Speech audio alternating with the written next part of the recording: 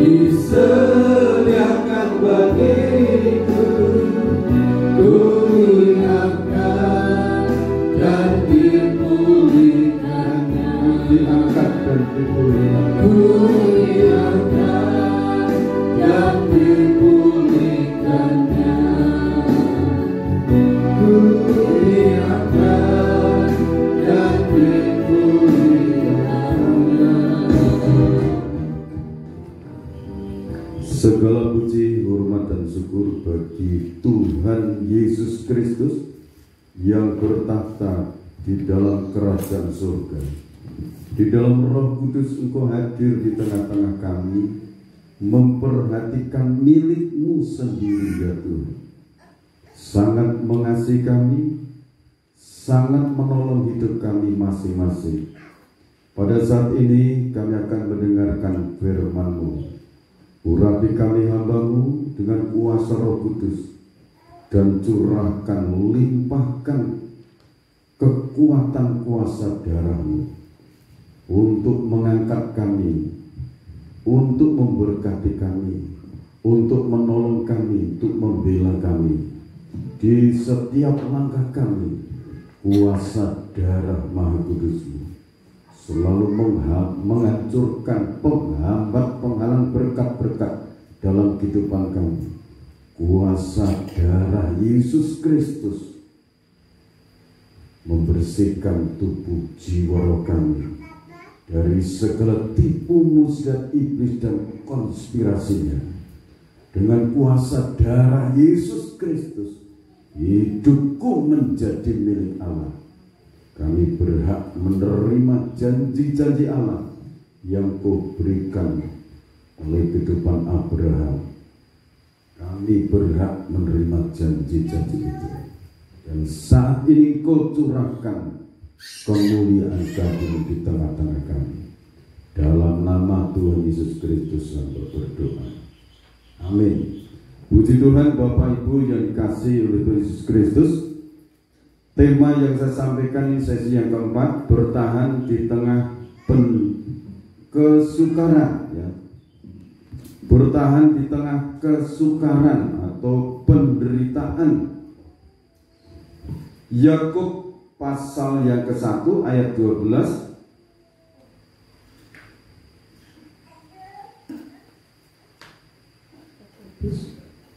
Yakobus pasal 1 ayat 12.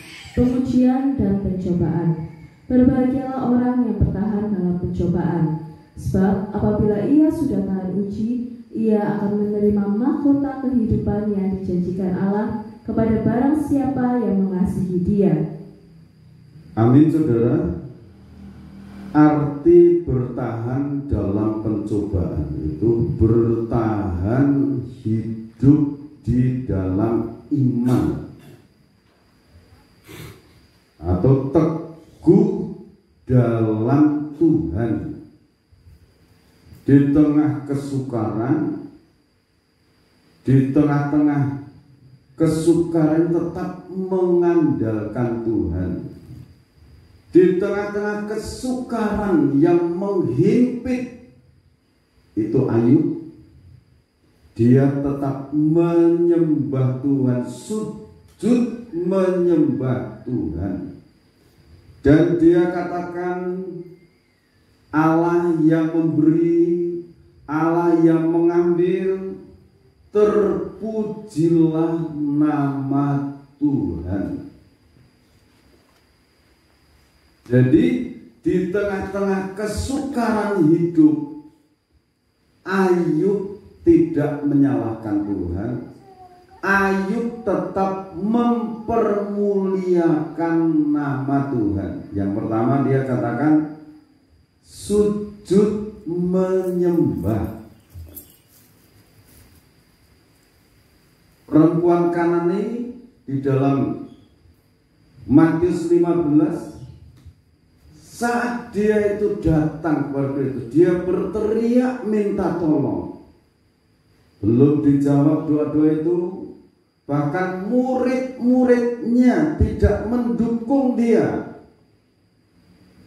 Tetapi perempuan Kanani ini mendekat menyembah Yesus, dan dia katakan setelah menyembah, Tuhan tolong aku.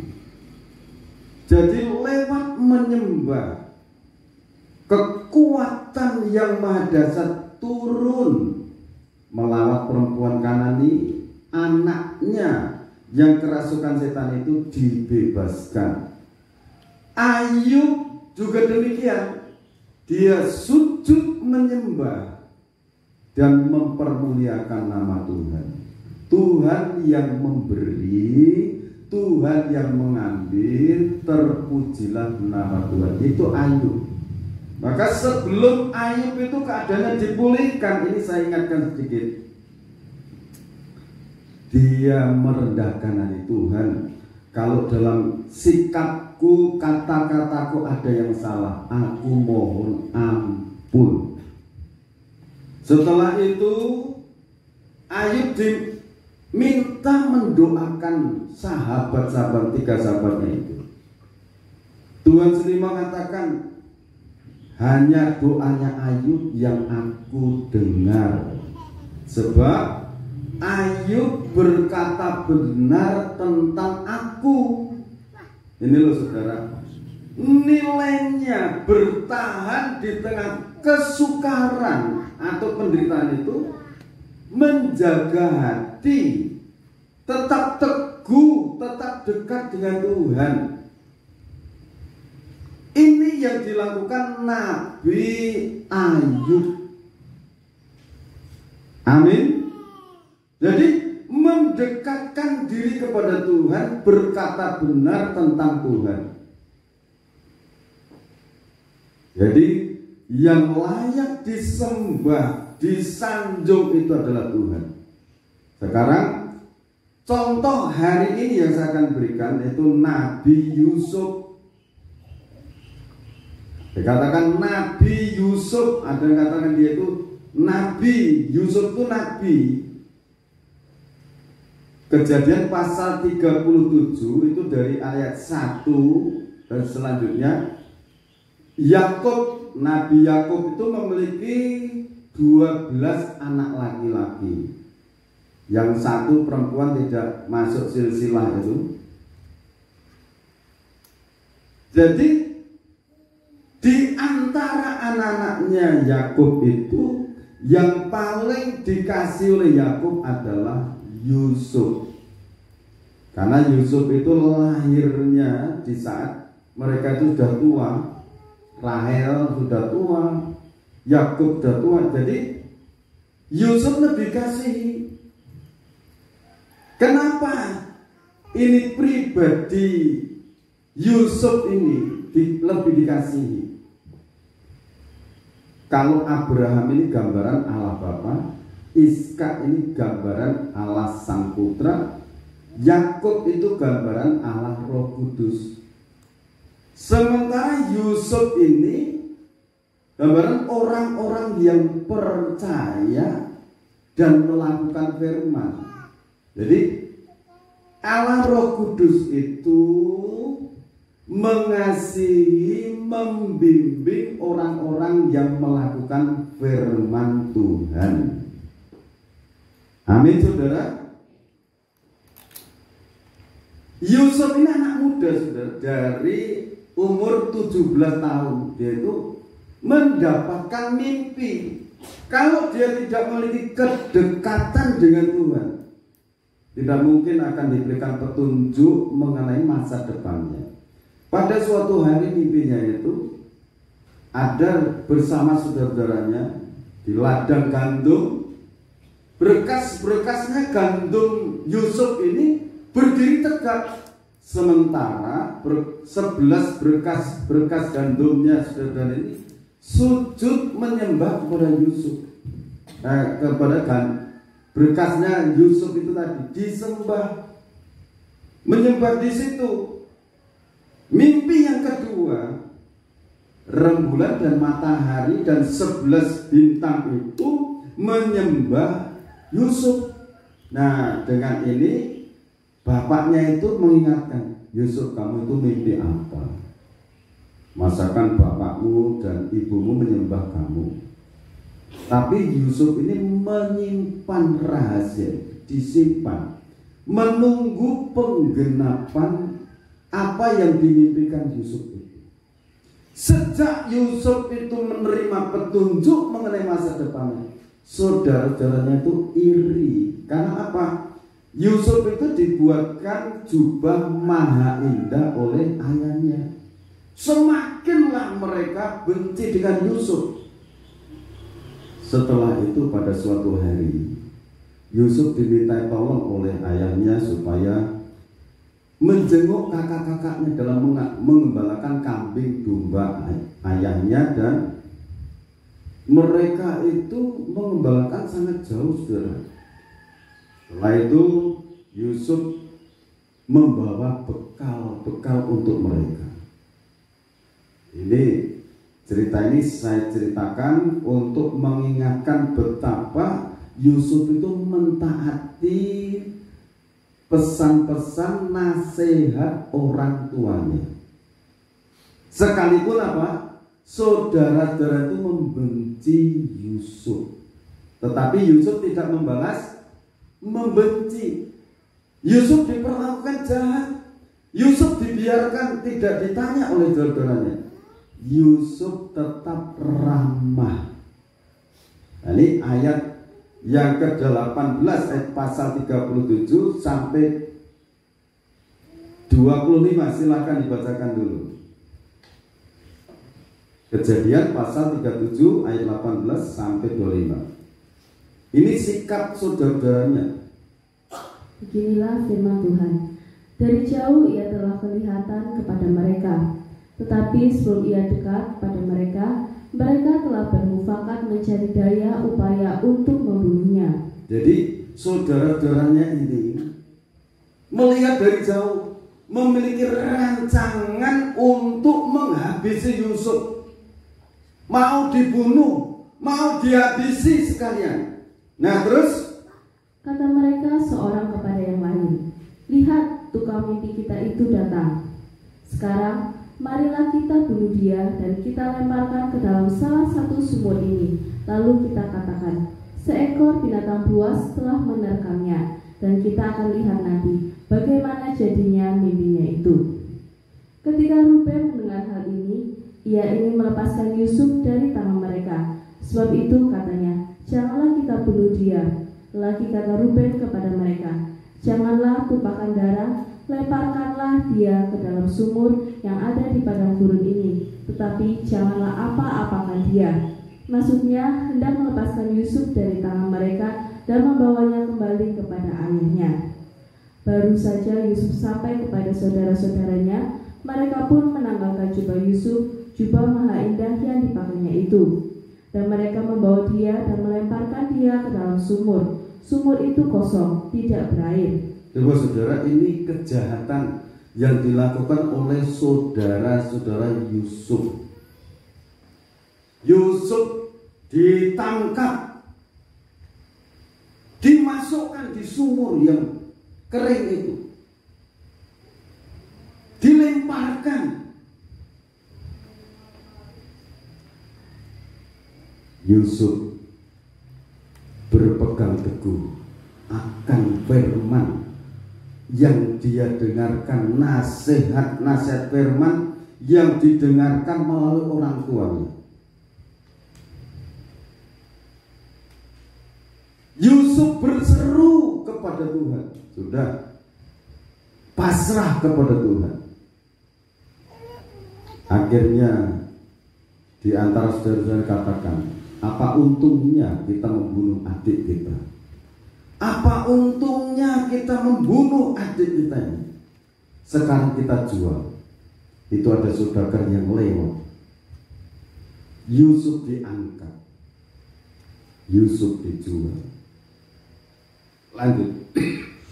Kemudian duduklah mereka untuk makan. Ketika mereka mengangkat muka, kelihatanlah kepada mereka suatu kafilah orang Ismail datang dari Gilead dengan untanya yang membawa damar, balsam, dan damar ladan. Dalam perjalanannya mengangkut barang-barang itu ke Mesir. Lalu kata Yehuda kepada saudara-saudaranya itu, Apakah untungnya kalau kita membunuh adik kita itu dan menyembunyikan darahnya? Marilah kita jual dia kepada orang Ismail ini. Tetapi janganlah kita apa-apakan dia, karena ia saudara kita, darah daging kita. Dan saudara-saudaranya mendengarkan perkataannya itu.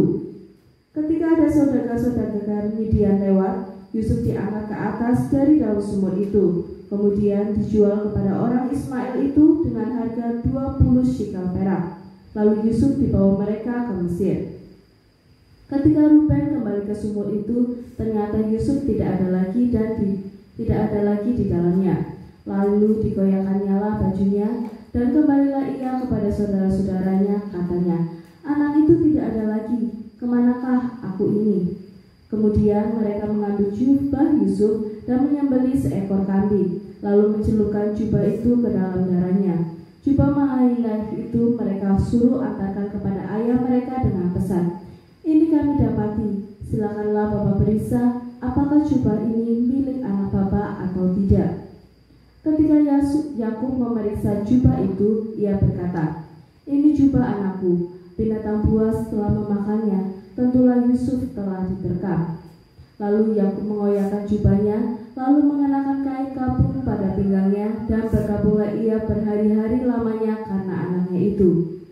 Sekalian anaknya laki-laki dan perempuan berusaha menghibur dia, tetapi ia menolak dihiburkan, serta katanya, tidak, aku akan berkabung sampai aku turun mendapatkan anakku ke dalam dunia orang mati. Demikianlah Yusuf ditangisi oleh ayahnya. Adapun Yusuf ia dijual oleh orang Midian itu ke Mesir kepada Potifar, seorang pegawai istana Fir'aun, kepala pengawal raja. Terima kasih. Jadi penderitaan Yusuf ini sangat menghimpit. Masa depannya Yusuf ini ditutup, bahkan dirinya sendiri mau dibunuh, mau dihabisi oleh saudara-saudaranya. Saudara kandungnya sendiri, saudara. Jadi kalau saudara itu diberkati, ada orang yang iri, ini di Alkitab ada kisahnya saudara kandungnya sendiri. Tetapi saudara, Yusuf ini memiliki kedekatan dengan Tuhan, tetap intim dengan Tuhan. Saya ulang lagi, Yusuf memiliki keteguhan hati di dalam Tuhan. Yusuf sekarang sudah tidak ada kisahnya lagi di tengah-tengah saudara. Yusuf sudah hilang, Yusuf sudah mati. Pelajaran yang sangat berharga saat pagi hari ini saudara perhatikan baik-baik. Sekarang pasal yang ke-39 saudara. Ayat 1, adapun Yusuf telah dibawa ke Mesir. Dan Potifar seorang Mesir, pegawai istana Fir'aun, kepala pengawal raja, membeli dia dari tangan orang Ismail yang telah membawa dia ke situ. Ayat 2, perhatikan. Tetapi Tuhan menyertai Yusuf. Tetapi Tuhan menyertai Yusuf. Ini imannya tidak goyah, imannya tetap teguh di dalam Tuhan. Sekalipun saudara-saudaranya berusaha untuk membunuh, membinasakan, saudara-saudaranya sebelum dia itu disiksa, sudah membenci, sudah didiamkan, tidak ditanya. Tetapi Yusuf tetap intim dengan Tuhan, dekat dengan Tuhan. Dengan Tuhan dia damai, hatinya tidak gusar terhadap Tuhan. Buktinya, tetapi Tuhan menyertai Yusuf sekalipun dia sebagai budak belian.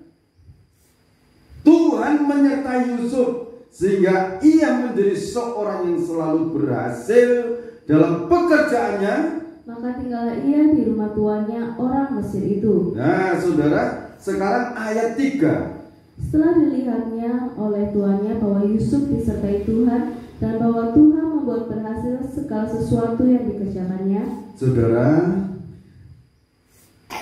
yang membuat berhasil Yusuf itu bukan kuat, bukan gagahnya Yusuf, tetapi Tuhan yang membuat Yusuf itu berhasil.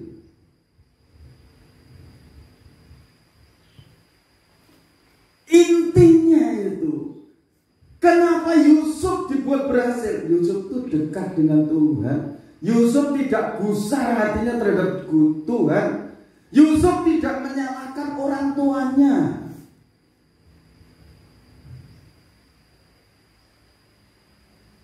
Yusuf juga dikisahkan di situ tidak menyalahkan saudara-saudaranya, tetapi Yusuf itu mengemban firman. Yusuf menerima petunjuk firman, dikumuli, diyakini. Masa depanku nanti akan seperti kata firman, kata Tuhan. Maka Yusuf mendapat kasih tuannya, dan ia boleh melayani dia. Kepada Yusuf diberikannya kuasa atas rumahnya, dan segala miliknya diserahkannya pada kekuasaan Yusuf. Saat ia memberikan kuasa dalam rumahnya dan atas segala miliknya kepada Yusuf, Tuhan memberkati rumah orang Mesir itu karena Yusuf, sehingga berkat Tuhan ada atas segala miliknya, baik yang di rumah maupun yang di ladang. Segala miliknya diserahkannya pada kekuasaan Yusuf, dan dengan bantuan Yusuf ia tidak usah lagi mengatur apa-apapun selain dari makanannya sendiri. Ya saudara, tapi di situ dulu. Ini Yusuf dipercaya kekayaan untuk mengelola usahanya Potifar, baik yang di rumah maupun yang di ladang. Tuhan semakin memberkati usahanya Potifar karena Yusuf. Jadi kedudukan Yusuf sangat besar saat itu. Tidak ada yang lainnya. Kalau saudara ingat, apakah sebelumnya tidak ada orang dipercaya seperti Yusuf? Pasti ada. Tetapi Yusuf, dia diperhatikan oleh Potifar. Ini sejak aku di sini, ini yang ditangani Yusuf itu kok berhasil. Karena apa? Yang membuat berhasil itu Tuhan. Kenapa Tuhan selalu membuat berhasil apa yang dikerjakan Yusuf? Yusuf selalu menjaga kedekatannya dengan Tuhan, baik lewat ibadah caranya Yusuf, baik lewat doa, lewat melakukan perintah-perintah Tuhan. Ini saudara dikerjakan oleh Yusuf. Inti kebenaran ini sudah perhatikan segala. Ini sekarang Yusuf menghadapi cobaan, saudara. Yusuf menghadapi cobaan. Sekarang ayat 7. Selang beberapa waktu istri tuannya memandang Yusuf dengan berahi, lalu katanya, "Marilah tidur dengan aku." Tetapi Yusuf menolak dan berkata kepada istri tuannya itu, "Dengan bantuanku, tuanku itu tidak lagi mengatur apa yang ada di rumah ini, dan ia telah menyerahkan segala miliknya pada kekuasaanku. Bahkan di rumah ini ia tidak lebih besar kuasanya daripadaku, dan tidak diserahkannya kepadaku selain daripada engkau, sebab engkau istrinya. Bagaimanakah mungkin aku melakukan kejahatan yang besar ini dan berbuat dosa terhadap Allah?" Walaupun dari hari ke hari perempuan itu membujuk Yusuf, Yusuf tidak mendengarkan bujukannya itu untuk tidur di sisinya dan bersetubuh dengan dia. Pada suatu hari masuklah Yusuf ke dalam rumah untuk melakukan pekerjaannya, sedang dari seisi rumah itu seorang pun tidak ada di rumah. Lalu perempuan itu memegang baju Yusuf sambil berkata, "Marilah tidur dengan aku." Tetapi Yusuf meninggalkan bajunya di tangan perempuan itu dan lari keluar. Ketika dilihat perempuan itu bahwa Yusuf meninggalkan bajunya dalam tangannya dan telah lari keluar, dipanggilnyalah seisi rumah itu, lalu katanya kepada mereka, "Lihat, di Dibawanya kemari seorang Ibrani supaya orang ini dapat mempermainkan kita. Orang ini mendekati aku untuk tidur dengan aku, tetapi aku berteriak-teriak dengan suara keras. Dan ketika didengarnya bahwa aku berteriak sekeras-kerasnya, ditinggalkannya lah bajunya padaku, lalu ia lari keluar. Sampai di situ, cobaan yang dihadapi Yusuf, yang menyerang Yusuf saat itu sangat berat, saudara. Perempuan istri Potifar jatuh cinta. Istri Potifar jatuh cinta dengan dia. Dari hari ke sehari, setiap hari Yusuf dibujuk untuk tidur bersama dia. Tetapi apa sikapnya? Sikapnya Yusuf itu tegas, tidak kompromi dengan dosa. Dia katakan, memang segala sesuatu seisi rumah ini diserahkan kepadaku, kecuali engkau, karena engkau istri. Masakan aku harus melakukan perbuatan dosa ini di hadapan Allah. Jadi Yusuf menjaga kekudusan Allah. Yusuf menjaga kekudusan, dijaga kesuciannya dalam pikiran, dalam hatinya. Masakan aku harus untuk melakukan dosa yang besar ini di hadapan Allah dan sesama. Jadi kalau orang itu melakukan percabulan, itu merusak hubungannya dengan Allah dan merusak sesamanya.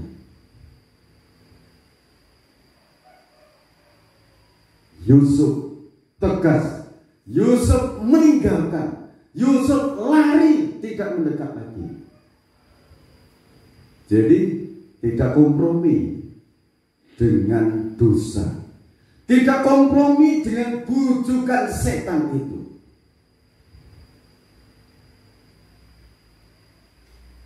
Dengan demikian, istri Potifar menyampaikan kepada suaminya itu, aku mau diperkosa oleh Yusuf.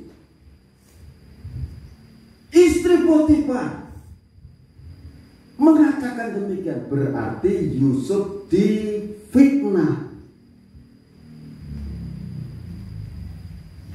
Pernah saudara difitnah? Atau pernah saudara memfitnah? Kalau pernah memfitnah, berhenti, bertobat. Kalau pernah difitnah, milikilah sikap seperti Yusuf, tetap menjaga diri intim dengan Tuhan. Amin, saudara. Menjaga diri intim dengan Tuhan. Pelajaran yang sangat baik ini kita akan perhatikan. Ini pencobaan yang dihadapi Yusuf. Yusuf menang, lepas dari pencobaan itu. Sekarang ayat yang berikutnya, ayat 20 sampai 23 ini, kalau saudara perhatikan, Yusuf akhirnya dimasukkan di penjara. Ayat 20, lalu Yusuf ditangkap oleh tuannya, dimasukkan ke dalam penjara, tempat tahanan-tahanan raja dikurung. Demikianlah Yusuf dipenjarakan di sana. Tetapi Tuhan menyertai Yusuf dan melimpahkan kasih-Nya kepadanya. Ini loh saudara, keintiman Yusuf ini dengan Tuhan ini. Prosesnya Yusuf semakin berat. Sudah difitnah, dimasukkan di penjara, ditangkap di tempat kurungan yang paling ketat di sana. Ayat firman dikatakan, tetapi Tuhan menyertai Yusuf dan melimpahkan kasih setianya kepadanya, dan membuat Yusuf kesayangan bagi kepala penjara itu. Ini loh saudara, Ayo pelajari Yusuf ini, rahasianya Yusuf. Kedekatannya dengan Tuhan ini loh Yusuf ini. Sudah difitnah, sakit, dilemparkan, dimasukkan di penjara. Tuhan menyertai Yusuf dan melimpahkan kasih setianya kepadanya. Kalau Yusuf salah, kalau Yusuf benar-benar melakukan pelanggaran di rumahnya Potifar, tidak mungkin Yusuf disertai Tuhan. Jadi kalau saudara tidak dimanusiakan oleh manusia, tidak dimanusiakan oleh manusia, tidak usah takut, tidak usah kecil hati. Ini semakin dijebloskan lagi. Kalau yang pertama kan dimasukkan di sumur, Yusuf bisa berseru tetap berseru pada Tuhan. Yusuf dijual ke Mesir sebagai budak belian. Tuhan tetap menyertai Yusuf. Yusuf menjaga kesucian hidup. Yusuf difitnah oleh istri Potifar, tangkap oleh Potifar. Yusuf masukkan penjara, membuktikan kalau Tuhan tetap menyertai. Selanjutnya, sebab itu kepala penjara mempercayakan semua tahanan dalam penjara itu kepada Yusuf. Dan segala pekerjaan yang harus dilakukannya di situ, dialah yang mengurusnya. Jadi, saudara, dikurung, tangannya dirantai, dipasung, pintunya digembok. Pikirnya dah habis wilayah Yusuf. Dikurung kan saudara, di penjara. Tapi Tuhan hadir di sana. Tuhan melawat di sana. Mungkin saudara merasakan hidupku kok seperti penjara seperti ini. Kalau saudara tetap mencintai Tuhan, tetap dekat dengan Tuhan, Tuhan itu hadir di sana. Amin. Tuhan hadir. Yusuf dilepaskan di penjara. Yusuf, aku percayakan semua tahanan kepadamu. Mengenai makannya dan mengenai olahraga dan kegiatan, dah kamu yang atur. Coba ayat 23. Dan kepala penjara tidak mencampuri segala yang dipercayakannya kepada Yusuf, karena Tuhan menyertai dia, dan apa yang dikerjakannya dibuat Tuhan berhasil. Ini kisah saudara hafal, tetapi firman tidak cukup hanya dihafalkan. Ayo mendekat pada Tuhan. Mungkin saudara merasa wah itu kok seperti penjara, tetapi Yusuf ini intim dengan Tuhan. Tuhan yang baik, Bapak yang baik engkau. Dia jauh dari orang tuanya, tetapi Bapak surgawi selalu dekat. Dia menyembah Allah kakeknya yang namanya Abraham, Ishak, Yakub itu bapaknya. Disembah, disanjung, ditinggikan. Yusuf itu mendapatkan kasih setia Tuhan. Amsal Sulaiman 3 ayat yang ketiga mulai. Kita akan baca ini ayat. Amsal pasal 3 ayat 3. Janganlah kiranya kasih dan setia meninggalkan engkau. Kalungkanlah itu pada lehermu, tuliskanlah itu pada loh hatimu. Maka engkau akan mendapat kasih dan penghargaan dalam pandangan Allah serta manusia. Jadi Yusuf ini dilimpahi kasih setia Tuhan. Setelah itu, waktu itu Potifar juga ada belas kasihan mempercayakan semuanya itu. Setelah dipindah di penjara, kepala penjara juga mendapatkan ini ya, kasih sayang kepada Yusuf. Jadi mendapatkan kasih penghargaan dari Allah dan sesama manusia. Ini Yusuf saudara, dialami oleh Yusuf. Jadi kasih setia pada Tuhan jangan sampai hilang dari kita. Dekatkan diri pada Tuhan. Percayalah kepada Tuhan dengan segenap hatimu, dan janganlah bersandar kepada pengertianmu sendiri. akuilah Dia dalam segala lakumu, Maka Ia akan meluruskan jalanmu. janganlah engkau menganggap dirimu sendiri bijak. Takutlah akan Tuhan dan jauhilah kejahatan. Terus, Itulah yang akan menyembuhkan tubuhmu dan menyegarkan tulang-tulangmu. muliakanlah Tuhan dengan hartamu, Dan dengan hasil pertama dari segala penghasilan, maka lumbung-lumbungmu akan diisi penuh sampai melimpah-limpah. dan bejana pemerahanmu akan meluap dengan air buah anggurnya. Amin, saudara. Ini kebenaran firman. Tanamkan, andalkan Tuhan. Jangan menganggap aku bisa. Tetapi Yusuf semakin rendah hati. Semakin rendah hati. Ibrani pasal yang ke-13 ayat 5 dan sampai 6, dua ayat ini. Ibrani pasal 13 ayat 5. Janganlah kamu menjadi hamba uang, dan cukupkanlah dirimu dengan apa yang ada padamu. Karena Allah telah berfirman, Aku sekali-kali tidak akan membiarkan engkau, dan aku sekali-kali tidak akan meninggalkan engkau. Sebab itu dengan yakin kita dapat berkata, Tuhan adalah penolongku, aku tidak akan takut. Apakah yang dapat dilakukan manusia terhadap aku? Ya, jadi saudara, Tuhan itu berfirman, aku sekali-kali tidak akan membiarkan engkau, dan aku sekali-kali tidak akan meninggalkan engkau. Saudara percaya Tuhan selalu menyertai di rumahmu, di usahamu, Tuhan menyertai. Sebab itu jaga keintiman dengan Tuhan.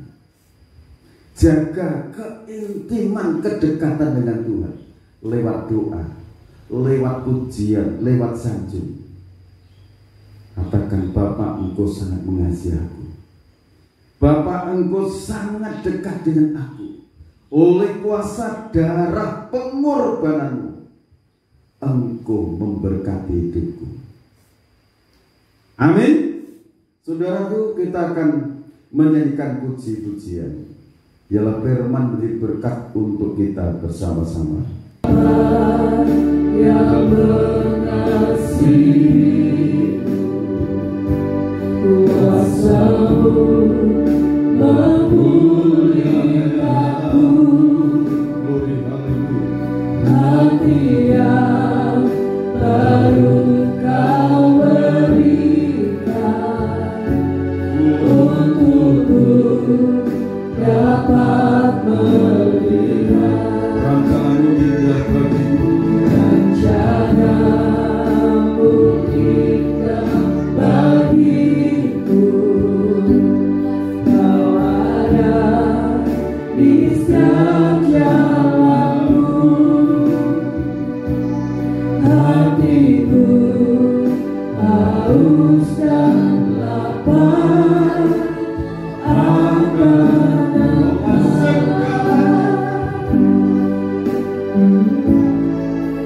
Kaulah segalanya. Anugerahkan kami roh kudus Dalam hidupku,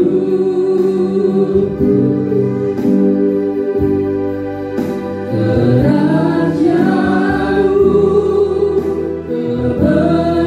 kebenaranmu, itu hadiahku.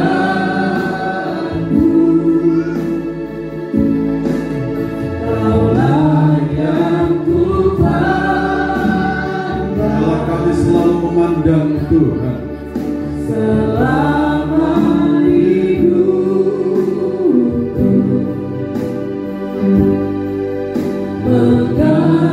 mengasihimu, memuliakanmu, Bapa dan Raja-Ku.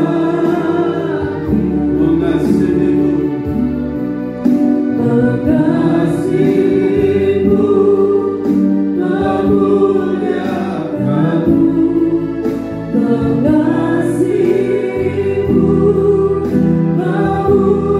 memuliakanmu,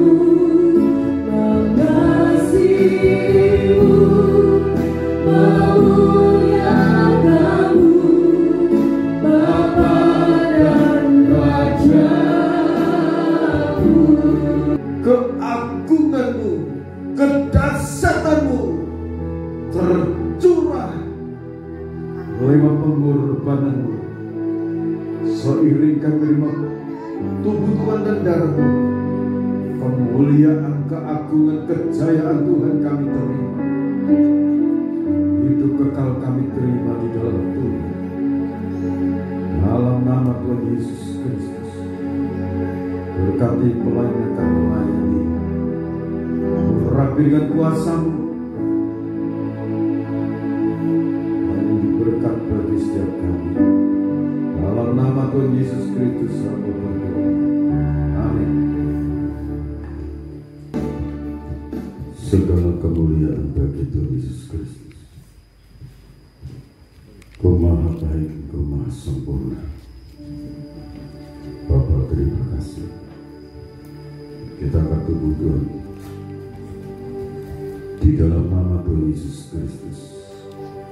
Dengarkan firman Tuhan dalam Injil Matius pasal 26 ayat 26 sampai 28. Dan ketika mereka sedang makan, Yesus mengambil roti, mengucap berkat, memecah-mecahkannya, lalu memberikannya kepada murid-muridnya dan berkata, ambillah, makanlah, inilah tubuhku. Kita makan dengan dalam nama Tuhan Yesus Kristus.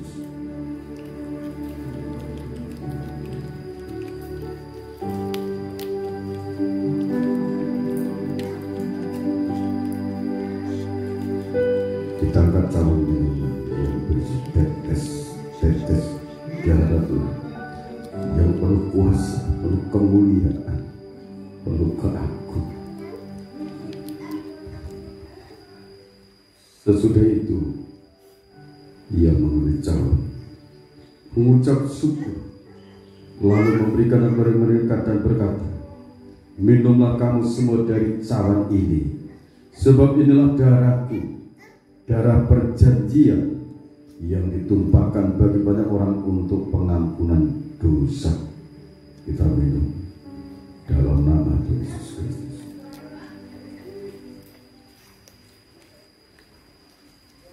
Terima kasih.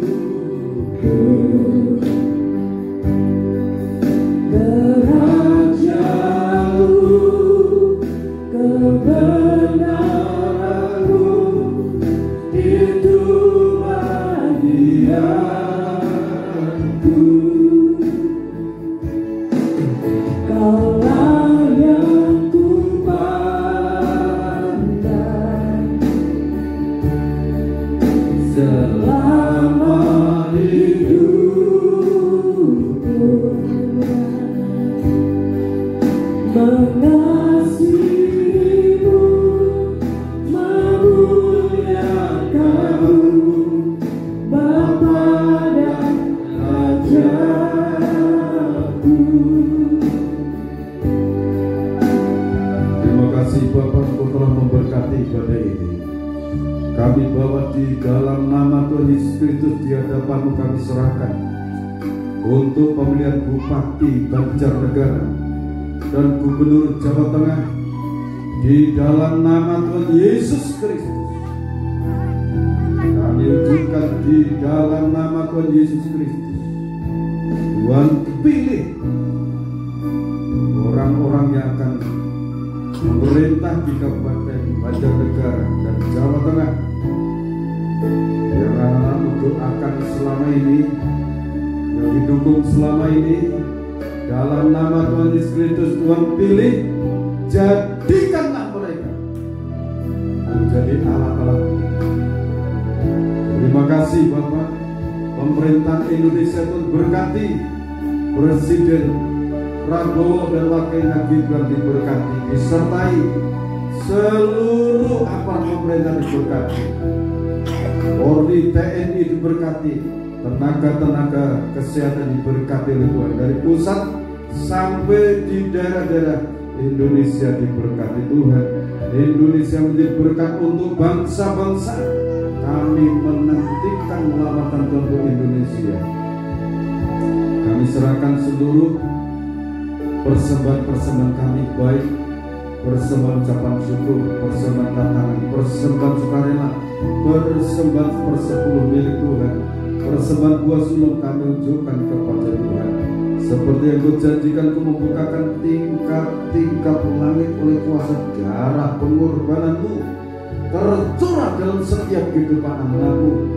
Segala usaha pekerjaan Tuhan yang membuat berhasil seperti yang Kau lakukan untuk Yusuf terjadi dalam kehidupan anak-anak. Dalam nama Tuhan Yesus Kristus, anak-anak, pemuda-pemudi, anak-anak sekolah diberkati Tuhan. Seperti Kau firmankan saat ini, sekalipun manusia menghambat menghalangi kesuksesan mereka, Tuhan yang membuat berhasil untuk anak-anak. Anak-anak sekolah di TK, SD, SMP, dari perguruan tinggi, SMA diberkati, disertai dengan kuasa Tuhan. Anak-anakmu sukses dalam menempuh pendidikan. Di dalam nama Tuhan Yesus Kristus, masyarakat Ponorogo diberkati, tetangga kami masyarakat diberkati, nama Tuhan dipermuliakan. Di dalam nama Tuhan Yesus Kristus, Bapak, Ibu, saudara-saudariku kekasih dari Tuhan, sekarang terimalah berkat anugerah damai dan sejahtera dari Allah Bapa, Sang Putra dan Roh Kudus limpah dalam kehidupan kita semua. Sekarang sampai Tuhan datang yang dua kali, tetaplah dalam naungan kasih dan rahmat-Nya. Di dalam nama Tuhan Yesus Kristus, aku terima berkat-berkat ini. Haleluya. Amin. Tuhan Yesus Kristus memberkati kita semua.